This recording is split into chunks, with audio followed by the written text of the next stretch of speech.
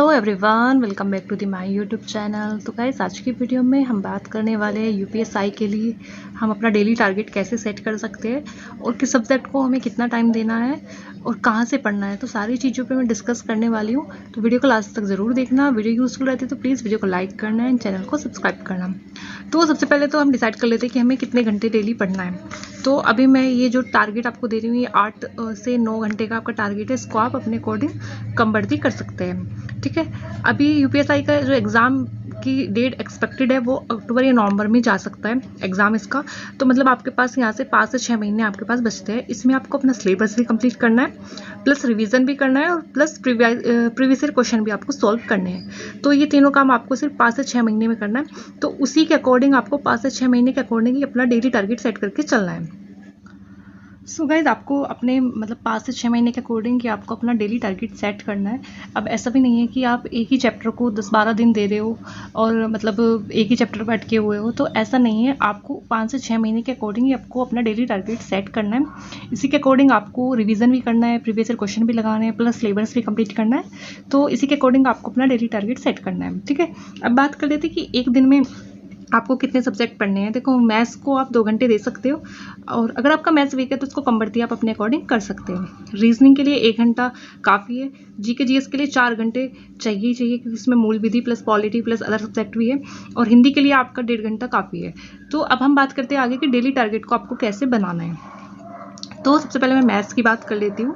Maths में आपको 2 घंटे रखने हैं। 2 घंटे में आप कैसे कवर कर सकते हो, जैसे 1 घंटा आपने मतलब मैं यहाँ पे परसेंटेज का चैप्टर लेके आपको समझा रही हूँ। जैसे 1 घंटा आपने परसेंटेज का चैप्टर रिवाइज किया अपने नोट से, या आपने ऑनलाइन क्लास लिया, ऑफलाइन क्लास ली, जैसे भी है। फिर उसके 1 घंटे बाद आपको प्रैक्टिस करनी है उसी टाइप के क्वेश्चन की जिस टाइप का आपने पढ़ा है परसेंटेज का, ठीक है। तो 2 घंटे ऐसे आपके मैथ्स में कवर हो जाएंगे। प्लस रीजनिंग में क्या करना है आपको, रीजनिंग में आपको 1 घंटा देना है और प्रीवियस ईयर क्वेश्चन आपको लगाने हैं। सबसे पहले यूथ पब्लिकेशन से आप प्रीवियस ईयर क्वेश्चन अपने लगा सकते हैं और वहाँ से अपनी मिस्टेक को फाइंड आउट करना है कि किस टॉपिक से आपके क्वेश्चन गलत हो रहे हैं। फिर नेक्स्ट डे आपको प्रीवियस ईयर क्वेश्चन ना लगा के आपको उस पर वर्क करना है जहाँ पे आपने मिस्टेक की है।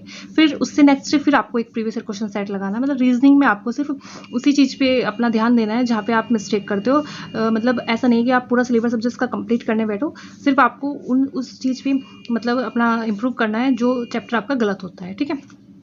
बाकी हिंदी में अगर मैं बात करती हूँ, हिंदी में यहाँ पे 1.5 घंटा रखा हुआ है मैंने। तो 1.5 घंटा आपको कैसे कवर करना है, जैसे आपने 1 घंटा यहाँ पे मैंने वर्णमाला का चैप्टर से स्टार्ट किया, तो 1 घंटा आप वर्णमाला का चैप्टर रिवाइज कर सकते हैं अगर आपने अपने नोट्स बनाए हुए हैं। नोट्स नहीं बनाए हुए तो आप 1 घंटा वर्णमाला की क्लास ऑनलाइन ले सकते हैं, ऑफलाइन जैसे भी। आधा घंटा आपको वोकैबुलरी के लिए डेली रखना है। वो आपको डेली 10-10 लेके चलने हैं, 10 प्रयोगवाची, 10 विलोम शब्द और ऐसे मतलब मुहावरे लोकोक्ति, ऐसे ही आपको आधा घंटा वोकैब को देना ही है डेली, ठीक है। क्योंकि एक साथ अब वोकैब को तो एक साथ नहीं हो पाती, इसलिए थोड़ा थोड़ा करके आपको इसको कंप्लीट करना है। जीएस की बात कर लेते हैं। जीएस में मैंने यहाँ पे आपको 4 घंटे दिए और 4 घंटे आपको कैसे डिवाइड करने हैं। 2 घंटे आपको पॉलिटी पढ़नी है, 1 घंटा आपको मूल विधि पढ़नी है और 1 घंटा आपको प्रीवियस ईयर क्वेश्चन लगाने हैं। मतलब शिफ्ट वाइज, जैसे 2021 में यूपीएसआई का जो एग्जाम हुआ था तो जीएस का उसका शिफ्ट वाइज आपको 1 घंटे में आपको प्रीवियस ईयर क्वेश्चन लगाने हैं। तो 2 घंटे में आपको पॉलिटी कैसे पढ़नी है, 2 घंटे आपने पॉलिटी पढ़ी या नोट्स बनाई जैसे भी, उसमें 1 घंटा आपने नोट्स बनाए, 1 घंटा आपको उसको मतलब पढ़ना है, रिवाइज करना है। ऐसे ही आपको मूल विधि करना है, ठीक है। तो इस अपने अकॉर्डिंग आप टाइम आगे पीछे कर सकते हैं जैसे भी आपको सही लगे। फिर आगे बात करती हूँ मैं फुल मॉक की। फुल मॉक केवल आपको संडे को देना है और या तो आप आरडब्ल्यू पे दे सकते हो या टेक्स्ट बुक पे। और मतलब फुल मॉक को जितना देना जरूरी है उतना इसको एनालाइज करना भी जरूरी है कि आपकी मिस्टेक कहाँ पे हो रही है कहाँ पे नहीं। तो आप जितना आपको मतलब आप ये मानते हो कि फुल मॉक देना ही देना है, उससे ज़्यादा आपको ये ध्यान रखना है कि आपको उसको एनालाइज करना है, एनालाइज पे भी टाइम देना है और अपनी मिस्टेक को फाइंड आउट करना है और उस पर फिर इंप्रूव भी करना है, ठीक है। तो डेली टारगेट जब आप सेट कर लोगे अपना, तो फिर उसके नीचे आपको एक सीट तैयार करनी है इस तरह से, जैसे मैथ्स, रीजनिंग, जीएस, हिंदी। जब आपका सारा कंप्लीट हो जाएगा, मतलब जैसे ही आपने डेली टारगेट लिया अपना, जितना टारगेट आप लेते हो, अगर आपने उसको कंप्लीट कर लिया तो शाम को आपको क्या करना है कि उस पर आगे टिक मार्क करते जाना है और जो आपने कंप्लीट नहीं किया उसको टिक मार्क नहीं करना है आपको। तो इससे आपके माइंड में एक इमेज बन जाएगी कि हाँ, मैंने अपना डेली टारगेट इतना लिया था और इतना मैं कंप्लीट कर चुका हूँ, कर चुकी हूँ। तो इस तरीके से आप अपना डेली टारगेट सेट कर सकते हैं यूपीएसआई या अदर एग्जाम के लिए भी, या यूपी पुलिस कांस्टेबल के लिए भी, जिस भी चीज़ की आप तैयारी कर रहे हैं इस तरीके से आप अपना डेली टारगेट सेट कर सकते हैं। सबसे पहले तो आपको आइडिया होना चाहिए कि आपका एग्जाम कब तक है। उसी के बेस पे आपको अपने सब्जेक्ट डिवाइड करने हैं कि किस सब्जेक्ट को कितना टाइमिंग देना है और कितना नहीं।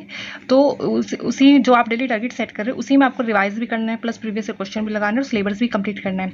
तो सारी चीज़ों को ध्यान में रख के तभी अपना डेली टारगेट सेट करें। वीडियो अच्छी लगे तो वीडियो को लाइक करना, चैनल को सब्सक्राइब करना।